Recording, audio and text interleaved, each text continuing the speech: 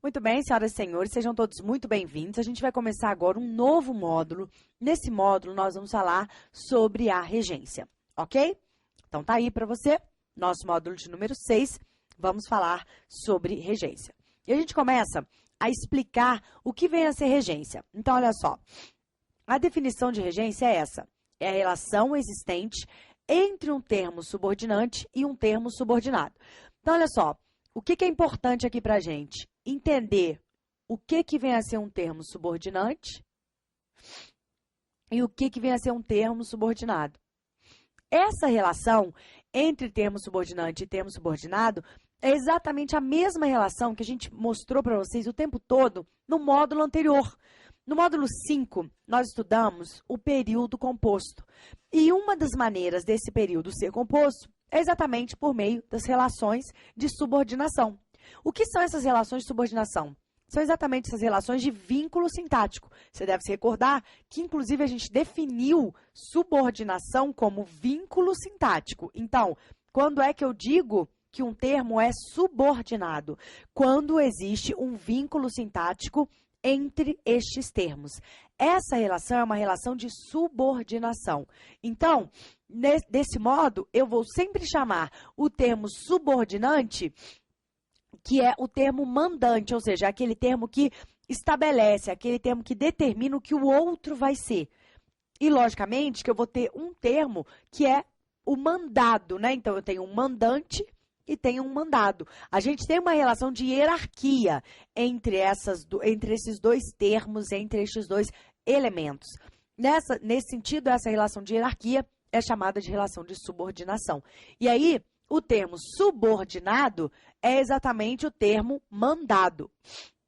Então, senhores, a regência, ela vai sempre existir em uma relação de subordinação. Você pode complementar aí o seu material, né? Essa relação que existe entre um termo subordinante e um termo subordinado, ela está presente na relação de subordinação.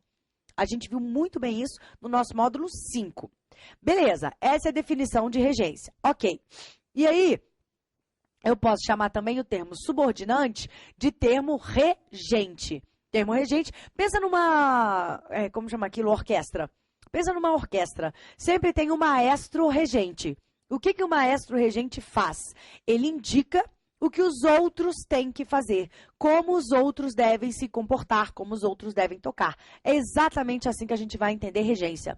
Eu tenho um termo regente e dentro dessas definições que a gente acabou de passar, lógico que o termo regente vai ser, então, o termo subordinante. É ele que vai me dizer como é que o outro vai se comportar. Então, esse termo regente, ele pode ser, primeiro, um verbo, e aí eu estou diante da regência verbal, ou ele pode ser um nome, e aí eu estou diante da regência nominal. Agora, detalhe, ele pode ser um nome e este nome,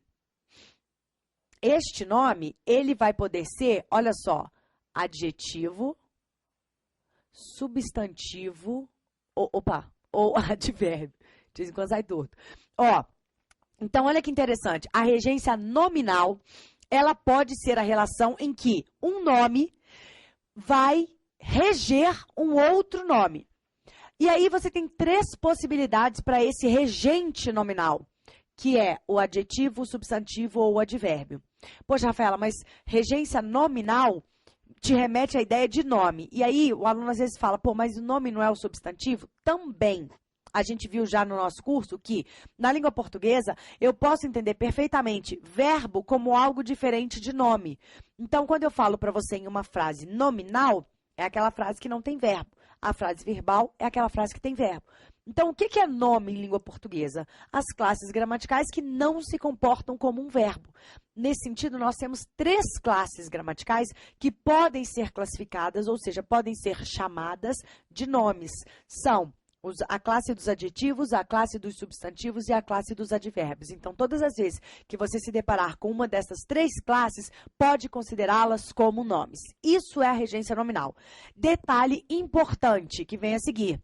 A regência nominal é sempre preposicionada. A regência nominal é sempre preposicionada. Sempre. A regência verbal, nem sempre, tá?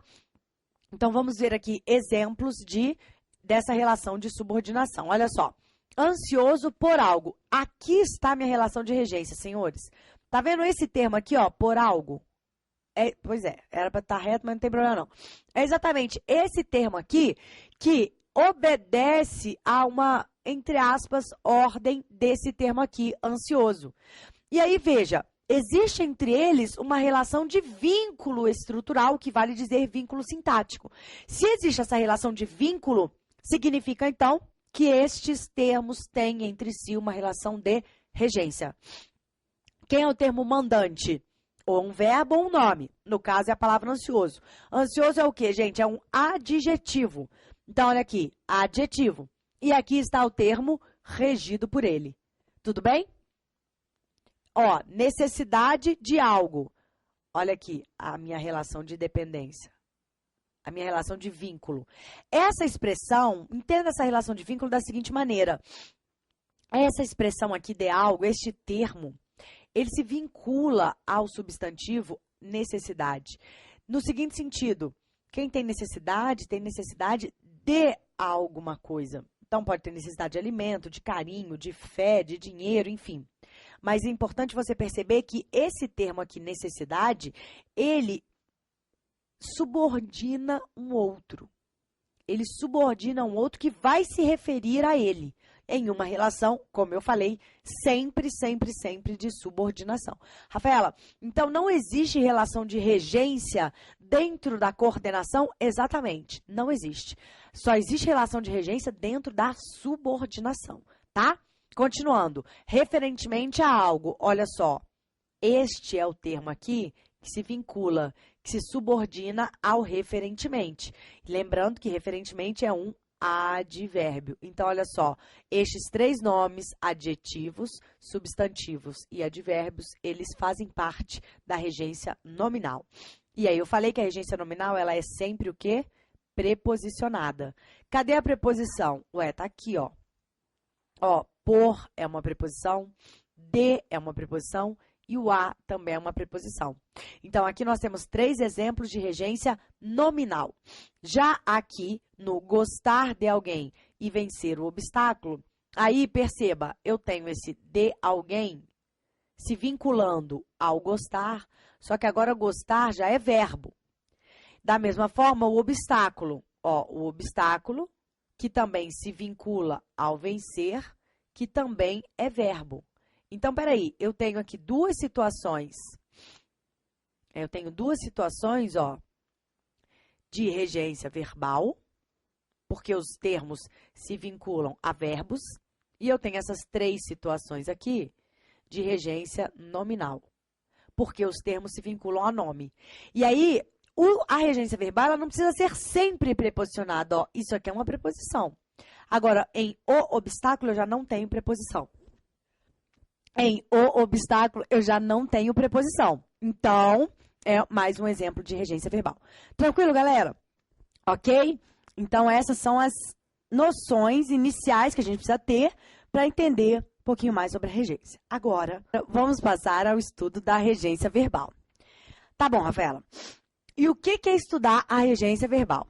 Bom, se eu falei para vocês que a regência é uma relação em que um termo subordinante estabelece um vínculo com o termo subordinado, na regência verbal, esse termo subordinante, lembra que é o termo mandante, é o quê? É um verbo. Beleza. O que é, então, Rafaela, estudar a regência verbal? É estudar e perceber que, atenção, candidatos, para determinados verbos da língua portuguesa, sabe o que acontece? Eu tenho 2 possíveis regências. Você deve voltar lá no nosso módulo 4 e ver que nós colocamos lá uma teoria sobre transitividade verbal. Antes de quando falávamos lá do tipo de sujeito, do sujeito indeterminado, aí eu expliquei para você o que é a transitividade verbal e como classificar o verbo, né? Como transitivo direto, transitivo indireto, intransitivo ou até mesmo de ligação. Então, essa regência verbal tem a ver com essa predicação. Então, a primeira coisa, você tem que saber como determinar a predicação verbal. Isso é em linhas gerais, a regra geral. Só que, Alguns verbos da língua portuguesa, eles têm mais de uma regência. Olha a brincadeira onde vai parar. Eles têm mais de uma possibilidade de regência. Como assim, Rafaela? Estou dizendo para você que determinados verbos, pode ser que um verbo, ele seja, por exemplo, verbo transitivo direto e verbo transitivo indireto. E aí, quando ele for verbo transitivo direto, o que vai acontecer? Ele vai ter uma significação para essa transitividade. Então, se ele é VTD, verbo transitivo direto, ele tem um significado. Já esse mesmo verbo, quando for VTI, verbo transitivo indireto, aí ele vai ter um outro significado.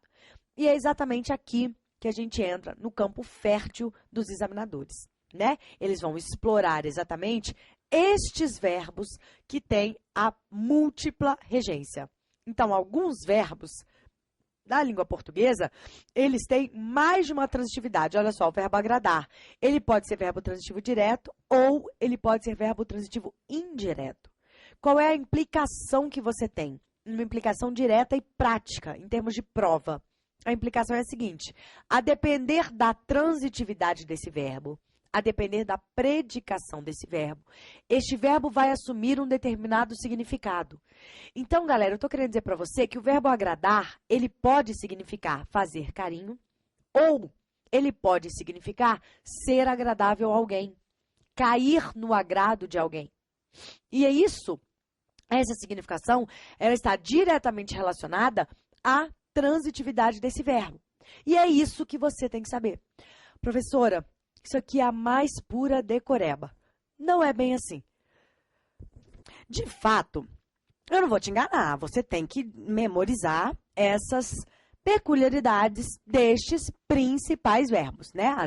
A regência dos verbos mais comuns que tem essa múltipla possibilidade. Como é que a gente vai trabalhar? Sob o ponto de vista didático. Olha só.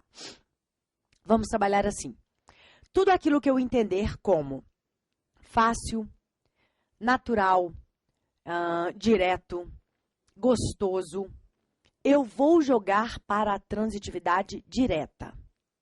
Por sua vez, tudo aquilo que significar, que eu entender, que eu souber, que é mais difícil de acontecer, que tem obstáculos para vencer, para acontecer, que não é legal, que é chato, que é ruim, eu vou então jogar para a transitividade indireta.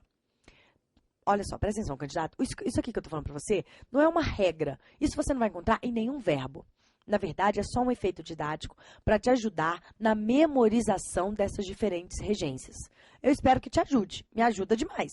Então, o que a gente vai trabalhar agora é essa associação do sentido do verbo com essa brincadeirinha que eu falei. É até meio lúdico, né? Mas vamos fazer esse acordo.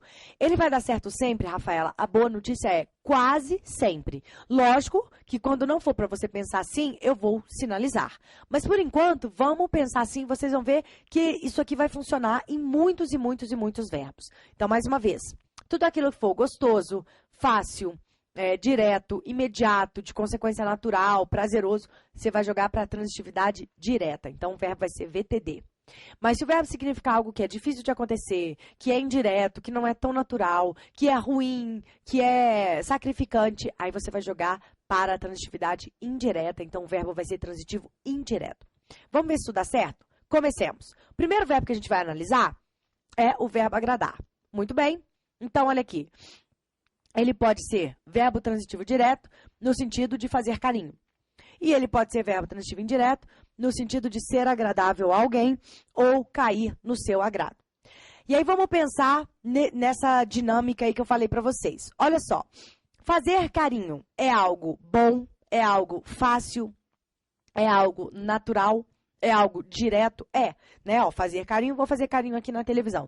Então, ó, eu toco na televisão. É direto, não tem nada entre a minha mão e a televisão.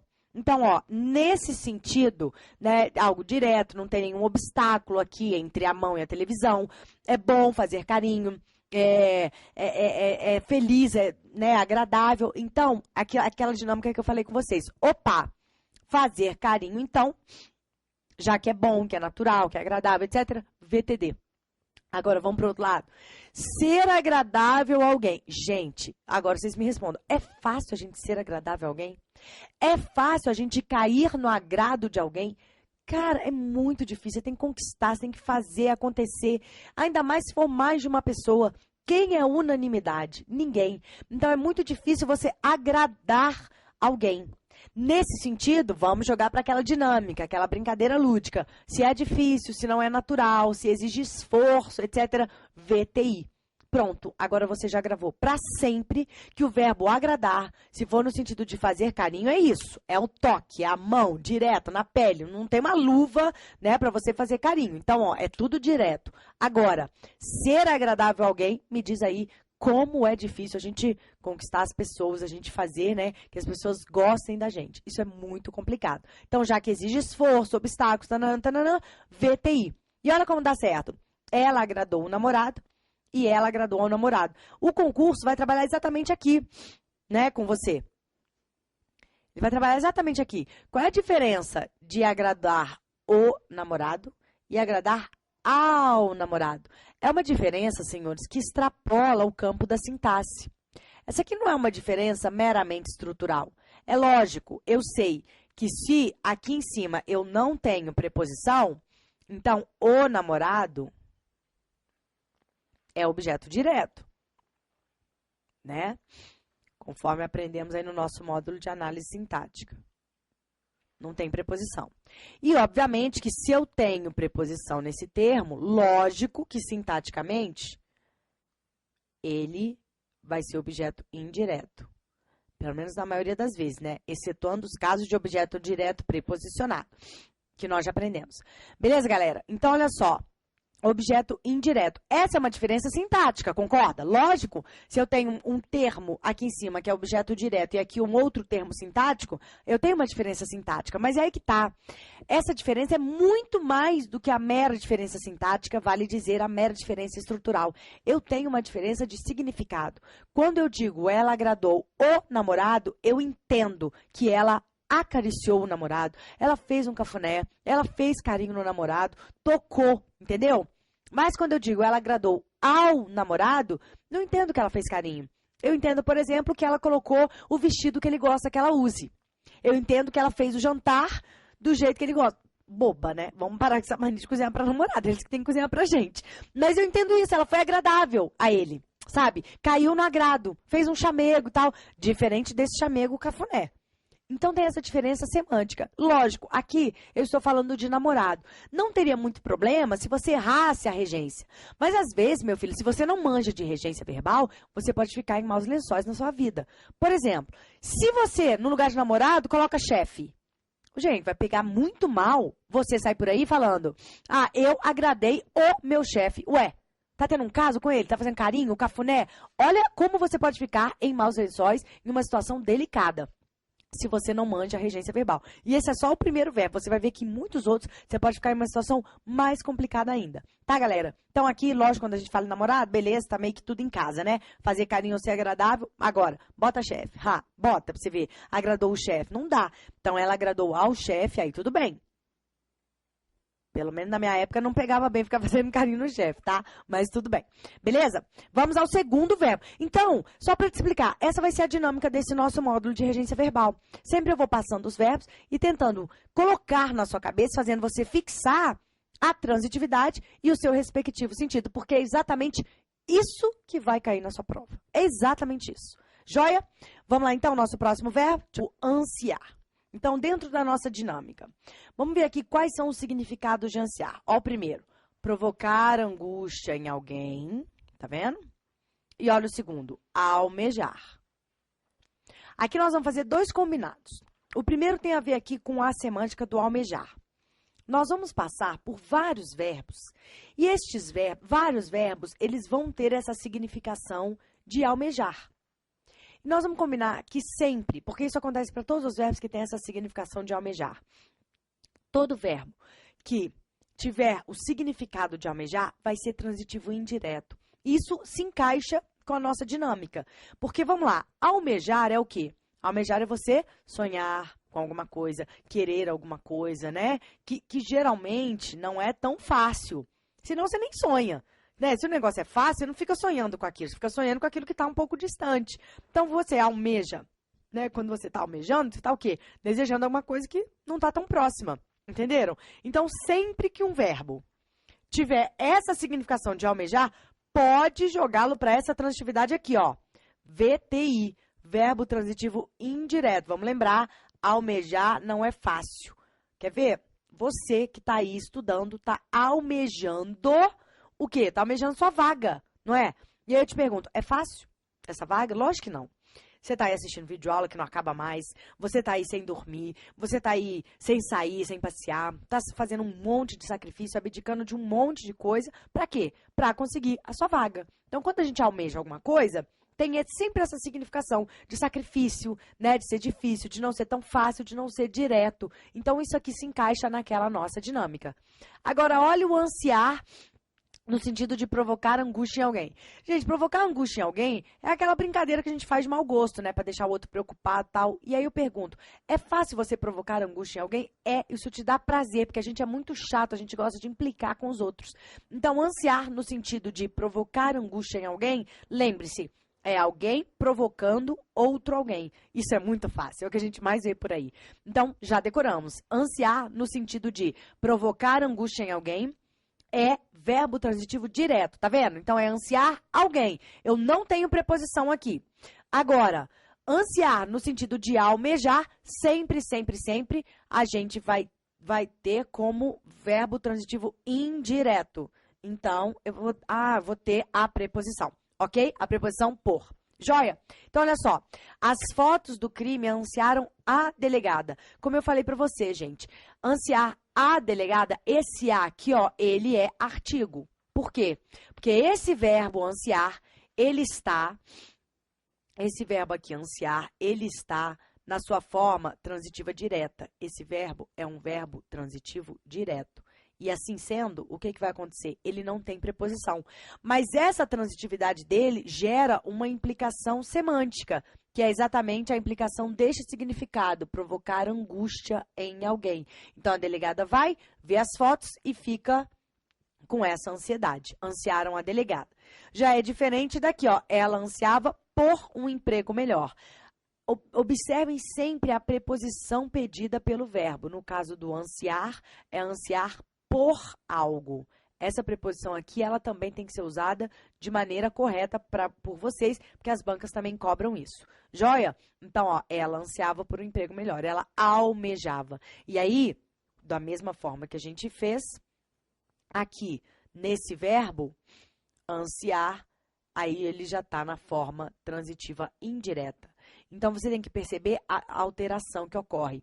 Trata-se de uma alteração tanto sintática, que você pode ver, aqui você tem um objeto direto, e aqui embaixo você tem um objeto indireto.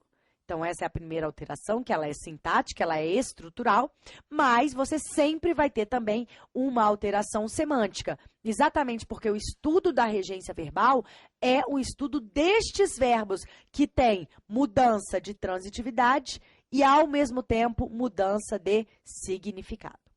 Prosseguindo, então, queridos, vamos lá.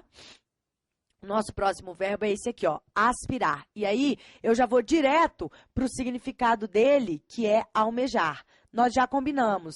Todas as vezes que o verbo tiver o significado de almejar, ele vai ser transitivo indireto.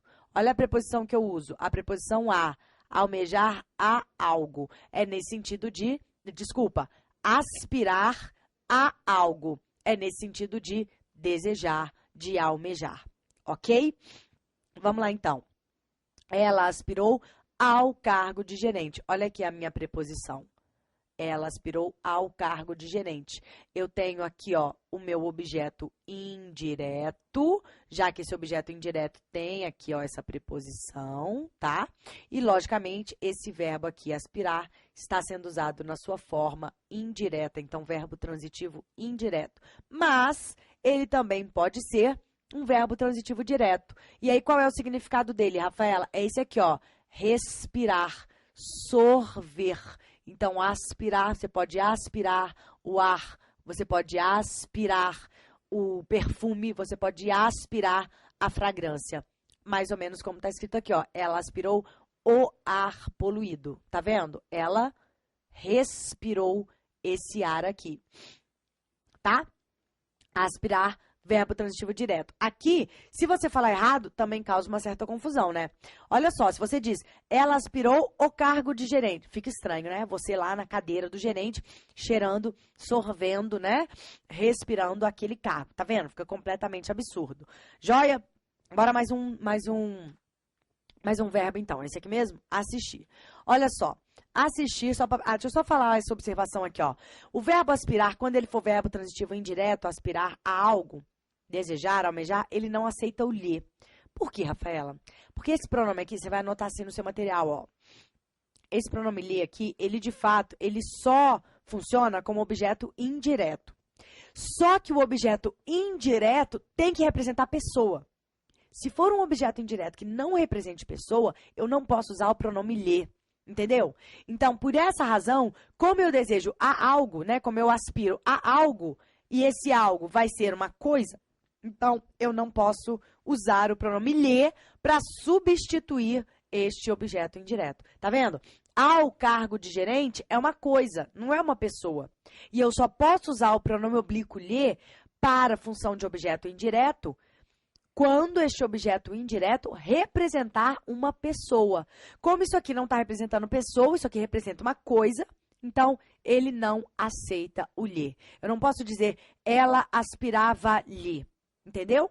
Porque o lhe só é utilizado para objetos indiretos quando eles representarem pessoas. Tranquilo? Vamos ver então se dá tempo ainda nesse bloquinho de fazer mais esse verbo assistir. Olha o verbo assistir, ele tem 3 regências diferentes. VTD, VTI, VI, com 4 significados diferentes. Olha a brincadeira onde vai. Então, vamos lá, galera. A primeira significação do verbo assistir é essa aqui, ó. Prestar socorro. Prestar socorro. Dar assistência. Nesse sentido, com esse sentido, ele vai ser verbo transitivo direto. Vamos pensar um pouquinho dentro daquela nossa dinâmica? Se você vai prestar socorro a alguém, eu pergunto, esse socorro ele tem que ser direto, na hora, imediato? Lógico, né, gente? Se é uma prestação de socorro, já se pressupõe esse caráter emergencial, esse caráter de urgência. Então, prestar socorro para alguém tem que ser direto. Nesse sentido, o verbo assistir, no sentido de prestar socorro para alguém, para ajudar, pô, tem que ser na hora, né? Se é socorro, não dá para esperar você ir lá embaixo, pegar, fazer a sua unha para voltar e socorrer o cara que caiu de moto e tá lá ensanguentado. Então, prestar socorro a alguém, o verbo assistir vai ser verbo transitivo direto. Você pode também aplicar a nossa dinâmica nesse sentido aqui de dar assistência. Veja bem, o que é assistência? Você que está estudando para concurso, né, que tem aula de constitucional, administrativo e tal, pensa lá na Constituição, dar assistência. Assistência sempre pressupõe esse caráter de urgência. Assistência aos pobres, assistência aos desamparados, os programas de assistência do governo, Bolsa Família, Bolsa isso, Bolsa aquilo. Então, essa assistência também pressupõe um caráter de urgência. Então, tudo aquilo que é urgente, que é direto, que é na hora, que é imediato, que é bom, que é gostoso, a gente joga para qual transitividade? Direta. Pronto, já decoramos. Assistir no sentido de dar assistência. Prestar socorro. VTD. Tranquilo? Então, olha só. O médico assistiu os doentes. Tá vendo? O médico socorreu os doentes. Eu não tenho preposição aqui. O verbo é transitivo direto. Vamos agora ao segundo significado, ó. O sentido de ver. O sentido de presenciar. Da mesma forma, ele não aceita o lhe, e agora você já sabe por quê. Esse lhe aqui, ele só funciona quando o objeto indireto é uma pessoa, tá? E aqui, você vai ver que o verbo é transitivo indireto quando você vê alguma coisa, vê a algo. Como é que a gente vai guardar isso aqui? Pega o verbo ver e me responde. O que é que o brasileiro mais vê? Resposta, novela. É ou não é? O que que o brasileiro mais vê? Televisão, novela. E quando você vê a novela, você tem o quê? Entre você e a novela? Uma lente, uma tela, entendeu? Não, você não está direto naquele ambiente. Você não está vendo direto aquilo. Então, pronto, galera, já decoramos. O verbo assistir, no sentido de ver, lembra? O brasileiro assiste o quê? Novela. Acabou. Né? Então, quando ele vê a novela, não é direto, tem uma lente. Igual você agora, tá me assistindo, e aí, tá direto? Não tá. Tem uma lente aí, a tela do seu computador, alguma coisa separando a gente. Então, tem um obstáculo, não é direto. Pronto, já decorou. O verbo assistir no sentido de ver. Olha aqui, o médico assistiu ao filme. Então, você assistiu ao filme, você assiste à novela com crase, você assiste ao espetáculo, etc. Sempre no sentido de ver. Vamos agora ao terceiro sentido, caber direito. Vamos pensar no Brasil, você que está estudando aí também constitucional, temos milhares de direitos lá no artigo 5º, né? E aí, todos eles a gente consegue exercer? É fácil exercer direito no Brasil? Então, caber direito. É fácil você exercer o seu direito? É fácil você fazer valer o seu direito? Não. Então, caber direito não é uma coisa fácil no nosso Brasil. A gente tem que brigar, tem que suar. Muitas vezes não conseguimos, né, fazer valer os nossos próprios direitos. Então, pronto, já decoramos. Caber direito, lembra, no nosso país, infelizmente, ainda é difícil a gente fazer valer os direitos. Então, tudo que é difícil, né, que existe sacrifício, que não é automático, que não é natural, etc, etc, etc, vamos considerar como verbo transitivo o quê? Indireto. Tranquilo? Mais uma vez, o verbo assistir, VTI. Então, olha lá. O direito ao voto assiste ao povo. Olha a minha preposição aqui, ó, o a. Ao povo, tá? Cabe direito. É direito do povo. Por fim, galera, tem esse último sentido aqui, ó, que é o sentido de morar, o sentido de residir. Então, assistir também é sinônimo de morar. Então, nesse caso, ele vai ser um verbo intransitivo.